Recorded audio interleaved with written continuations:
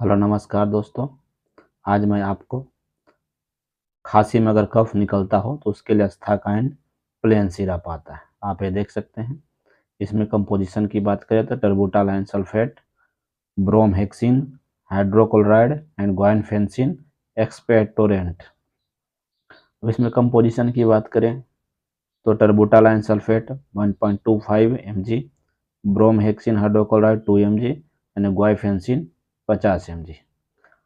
अरे जिसको भी अगर कफ यानी प्रोडक्टिव कफ निकलता हो तो उसमें ये सिरप अस्थाकाइन देते हैं। यानी कि जिसको खांसते समय कफ निकलता हो और बहुत ही जोर जोर से खांसी होता है, ये ब्रांकोडाइलेटर है जिसमें श्वास नली को खुला करके कफ को बाहर निकालता है। अब इसकी एमआरपी की बात करें तो ये 93 रुपया 17 पैसा में आती है 100 ml। और इस